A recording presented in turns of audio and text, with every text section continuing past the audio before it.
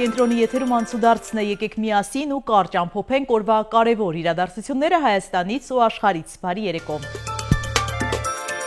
Էպիկենտրոնը Սյունիք թիրախում խաղաղ բնակավայրերն են։ Ադրբեջանի զինուժի նշանառության տակ անցած գիշեր եղել է Խոզնավարը, վնասվել է բնակելի տուն, տուժածներ չկան։ Ադրբեջանի ռազմական գերատեսչությունը հայտարարել է, թե իբր երբեք կրակ չի բացում քաղաքացիական բնակչության եւ օբյեկտների վրա։ Ավելի վաղ ԱՄՆ պետքարտուղարն իրական էր համարել հայ-ադրբեջանական հակամարտության բռնկման վտանգն ու ասել, որ փորձում են կանխել դա։ Ռուսաստանի պաշտպանության նախարարն էլ նշել էր, որ Սյունիքի շուրջ լարվածություն պահպանվում է։ Ահա թե ինչպես են իրավիճակը գնահատել մեր պատգամավորները։ Որևէ խոճապ չկա, չի կարող լինել, գյուղացիները վաղուց արդեն սովոր են դրան եւ գիտեն այդ ամենը, բայց իհարկե անհանգստացնողն է եւ օր առաջ պետք է խաղաղության պայմանագիրը կնքելուց հետո այդ խնդիրներին լուծում։ Եթե կնքվի չեն կրակել ձեր կարծիքով։ Եթե կնքվի, այո, ես վստահ եմ, որ չեն կրակի, որովհետեւ եթե կնքվի, արդեն զորքերը չեն սահմանապահ գործառույթ իրականացնելու, այլ սահմանապահ գործառույթ իրականացնելու սահմանապահ զորքերը, երկուստեք իսկ նման պայմաններում մենք տեսնում ենք, որ այդպիսի դեպքեր չեն գրավում։ Եթե հայկական կողմից համարժեք պատասխան լինի, պարոն Խաչատրյան, արդյոք ադրբեջանական կողմը կշարունակի կրակել։ Հիմա դուք բարձրակույն հարց եք տա, դե իհարկե կգնա էսկալացիա, ինչպես կարող ասել այդ էսկալացիան որտեղ կկանգնի։ Այնպես չի, որ հայկական կողմը այդ հնարավորությունը չունի պատասխան համարժեք գործողությունների դիմելու, բայց Հայաստանի Հանրապետության կառավարության դիրքորոշումը նաև խաղաղության պայմանագիրը ամեն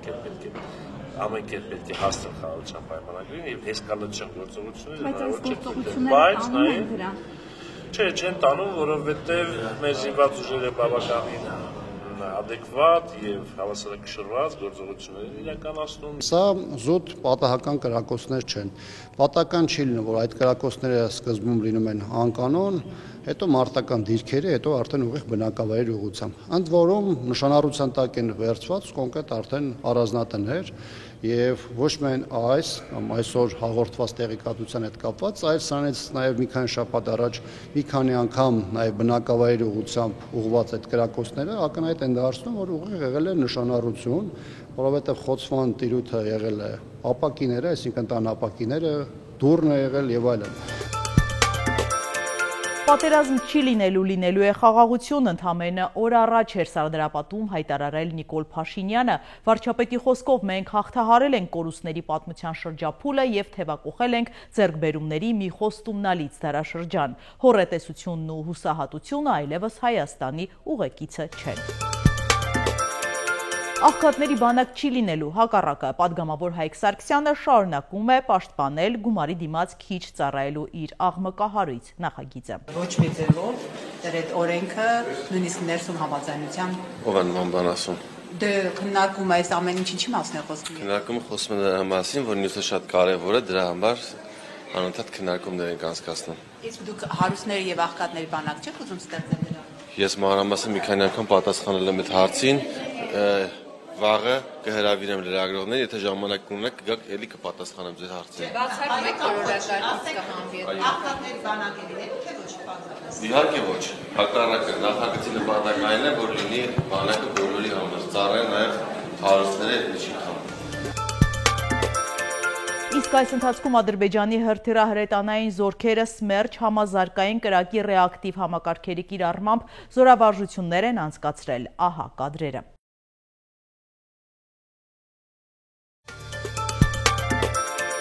Երևանում 1 տարեկան 7 ամսական երեխայի մահը ցնցել է մարդկանց։ Մայրը պնդում է, որ փոքրիկը մահացել է բժիշկի ամփոփության հետևանքով։ Մուրացան հիվանդանոցից պարզաբանել են, որ երեխային վեդիից Երևան են բերել հիպովոլեմիկ շոկ ախտորոշմամբ ծայրահեղ ծանր վիճակում։ Երեխան ունեցել է փսխումներ, թուլություն, միկրոցիրկուլյացիայի խանգարման նշաններ։ Լաբորատոր հետազոտության տվյալները եւս եղել են ծայրահեղ մտահոգիչ։ Հիվանդանոց դիմելուց շուրջ 45 րոպե հետո գրանցվել է սրտի կանգ, համապատասխան միջոցառումներով վերականգնվել է սրտի աշխատանքը։ Մի քանի ժամ անց նորից դիտվել է սրտի կանգ, սակայն այս անգամ վերակենդանացման միջոցառումներն արդյունք չեն տվել։ Գրանցվել է երեխայի կենսաբանական մահը։ Ըստ մոր պատմածի, երեխան 20 օր առաջ ունեցել է բարձր ջերմություն, 5 օր բուժվել է ամբուլատոր պայմաններում, իսկ դեպքից 2 օր առաջ երեխան ունեցել է փսխումներ, եղել է անհանգիստ, ունեցել է ընդհանուր թուլություն եւ մայրը երթուղային տաքսիով տեղափոխել է Մուրացան հիվանդանոցային համալիր։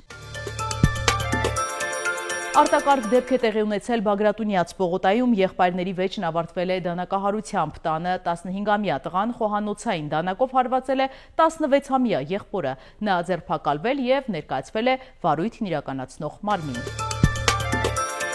Լուսադեմին ողբերգական վթար է տեղի ունեցել Ապարան Քուչակ ավտոճանապարհին, բախվել է Opel-ն ու Volkswagen միկրոավտոբուսը։ Նախնական տվյալով 12 քաղաքացի տեղափոխվել է բժշկական կենտրոն, իսկ այրված Opel-ում եղել է 1 զոհ։ Հրդեհը մարվել է 8:47-ին, 12 տուժածներից 11-ն ունեն տարբեր տեսակի կոտրվածքներ, բուժում են ստանում Ապարանի բժշկական կենտրոնում։ Առողջապահության նախարարը հայտնել է, որ 27-ամյա տուժածի վիճակը ծայրահեղ ծանր է, կազմակերպվել է սանավիացիայով նրա տեղափոխումը Երևան։ Բախման հետևանքով Opel-ը տեսնում եք դուրս է եկել երթևեկելի գոտուց եւ բռնկվել, բախվելով քարերին եւ բռնկվել։ Վիրավորներին առաջին է օգնությանը հասնել քաղաքացիները։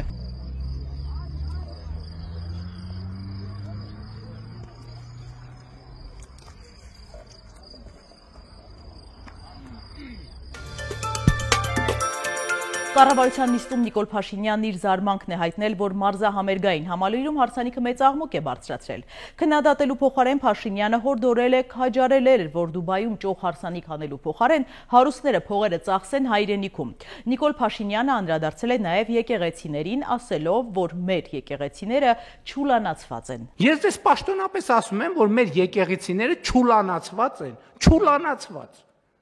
Ով որտեղ ինչ ոչ պետքական ապրանք ունի, մեկ էլ գնում ես տենում ես, ասենք ինչ որ ավելացած մետլախ, պարկով ցեմենտ, ապալովկի հին կտորներ, ենթադրենք բան արմատուրայի բան հին ժանգոտ կտորներ, ասենք մտնում ես բարդ ինչի համար է եկեղեցի մտնում ինչ որ հոգևոր հաղորդակցության ունենալու, չէ՞։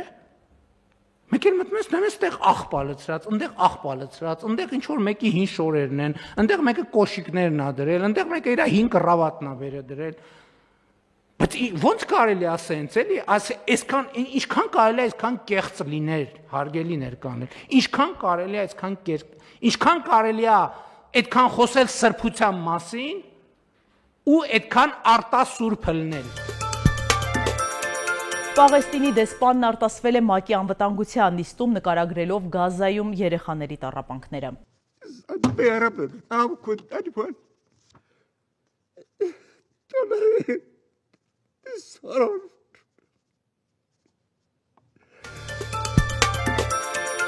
Առաջարկում եմ միասին թերթել մամուլի էջերը։ Հրապարակը գրում է իշխանության ներսում շրջանառվող տեղեկության համաձայն ՌԴ արտգործնախարար Սերգեյ Լավրովի այցն չի լուծել Սյունիքում ռուսական հյուպատոսություն բացելու հարցը։ Հիշեցնենք, որ ռուսական կողմը փորձում է Սյունիքում հյուպատոսություն բացել դեռևս 2023 թվականից։ Մինչդեռ 22-ից Կապանում հյուպատոսություն ունի նաև Իրանը, մոտորել Ֆրանսիայի հյուպատոսություն է բացվելու Գորիսում։ Չնայած ռուսական կողմը հայտարարել է, որ մինչև մայիսի վերջ կլինի կոնկրետ պայմանավորվածություն, սակայն մեր աղբյուրներն ասում են ամեն ինչ արվելու է, որ հյուպատոսությունը չբացվի։ Երեք Կապանի ԿՊԱ պատգամավոր Մարինա Ղազարյանը մեր հարցին, թե ինչու է ձգվում բացումը, աբսուրդ պատասխան տվեց, թե խնդիրը համայնքապետի դաշտում է, տարածքի խնդիրը չի լուծվում։ Հյուպատոսության համար տարածք են ման գալիս, ինչն էլ ձգձգման պատճառն է։ Ժողովուրդը գրում է, ԿՊ վարչությունում որոշվել է մարզեր գործուղել տարբեր ԿՊԱ-ականների, ովքեր հանրության շրջանում հեղինակություն ունեն։ ԿՊԱ-ականները պետք է հանդիպումներ ունենան մարզերի բնակիչների հետ, այնուհետև Նիկոլ Փաշինյանին ներկայացնեն, թե ինչ տրամադրություններ կան իրենց կուսակցության վերաբերյալ, արդյոք 2026 թվականին շանս ունեն ընտրվելու։ Այդ առաքելությունն անձամբ վստահված է էկոնոմիկայի նախարար Գևորգ Պապոյանին, ԿՊ խմբակցության պատգամավոր Արուսյակ Մանավազյանին, Վահագն Ալեքսանյանին ու տվյալ մարզի մի պատգամավորի, որը պետք է շրջի նրանց հետ, եթե իհարկե հեղինակություն ունի։ Ըստ ԿՊԱ-մերձ մեր աղբյուրների Նիկոլ Փաշինյանը իր ամենավստահելի մարդկանցից մեկից, պատգամավոր Արուսյակ Մանավազյանից պահանջել է ռեալ պատկեր ներկայացնել եւ առաջիկա շաբաթներին ԿՊԱ-ականները մարզային այցերի են գնալու։ Փաշինյանը եւս շրջելու է մարզերում, բայց կառավարության ներկայացուցիչների հետ։ Առաջիկայում նախատեսվում է այդ Շիրակի մարզում։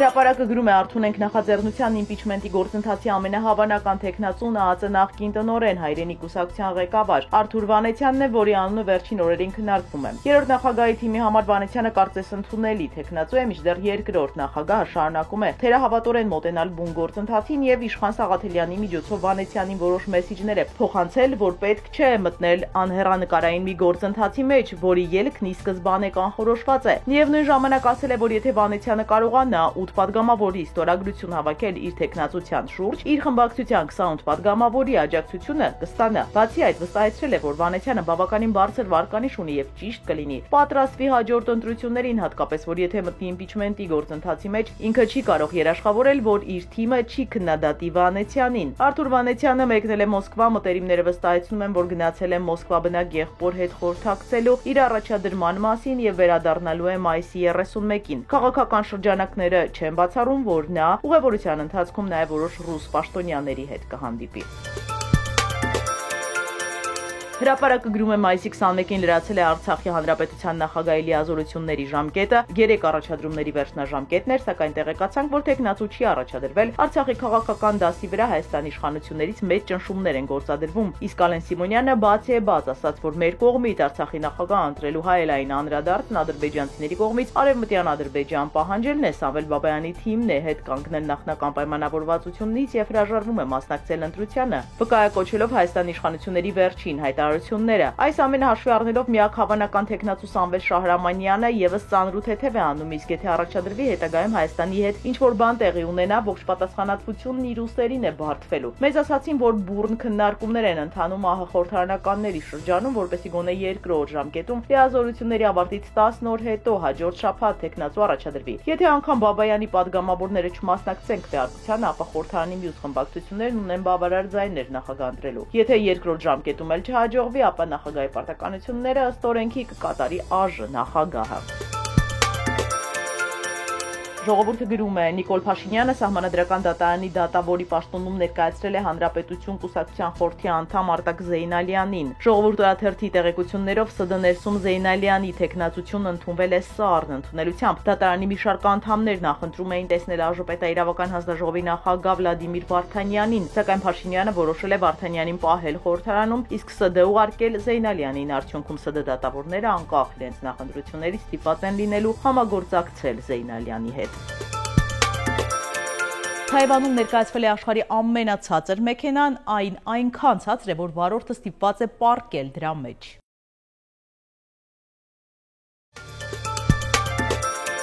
Եղանակ մայիսի 35 գիշերը եւ կեսօրից հետո շրջանների մեծ մասում, այդ թվում Երևանում սպասվում է կարճատև անձրև եւ ամպրոպ առանձին հատվածներում անձրևները կլինեն հորդառատ, հնարավոր է նաեւ կարկուտ։ Ջերմաստիճանը էապես չի փոխվի։ Սիրելի հետևորդներ, եկեք կատարենք մի քանի պարզ քայլ մեր YouTube-ի անալիքը զարգացնելու համար։ Ձեզանից մի քանի վայրկյան է պահանջվելու։ Հավանում եք այս հաղորդաշարը եւ բաժանորդագրվում։